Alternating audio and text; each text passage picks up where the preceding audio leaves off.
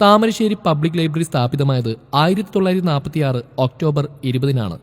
നാടിന് അക്ഷരവെളിച്ചം സമ്മാനിച്ച ലൈബ്രറിയിൽ 22,000-ഓളം പുസ്തകങ്ങളുണ്ട്. ഇംഗ്ലീഷിലേതുൾപ്പെടെ 14 ദിനപത്രങ്ങൾ ലഭ്യമാണ്.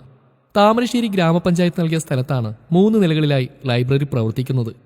നാടിന്റെ സാംസ്കാരിക നായകൻ PKG വാര്യർ 6 പതിറ്റാണ്ടിലേറെ ലൈബ്രറിയുടെ സെക്രട്ടറിയും പ്രസിഡന്റുമായിരുന്നു. കുന്നികുളപ്പറമ്പിൽ വിജയരാഘവൻ 40 വർഷത്തിലേറെ ലൈബ്രറിയനായി സേവനമനുഷ്ഠിച്ചു വരുന്നു. അഡ്വക്കേറ്റ് ജോസഫ് മാത്യു പ്രസിഡന്റും PR വിനോദ് സെക്രട്ടറിയുമായ കമ്മിറ്റിയാണ് ലൈബ്രറിയെ നയിക്കുന്നത്.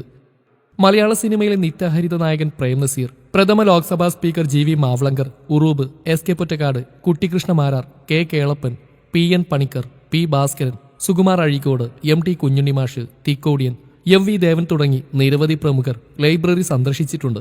ടൗൺ ബുക്ക് സോഷ്യൽ സ്റ്റോറീസ് ഈ വീഡിയോ നിങ്ങൾക്കായി സമർപ്പിച്ചത് കണ്ണിന്റെ കാര്യത്തിൽ കരുതൽ വേണം. ഈങ്ങാപ്പുഴ ഡിവൈൻ കണ്ണാശുപത്രി, കാക്കവയൽ റോഡ്, ഈങ്ങാപ്പുഴ.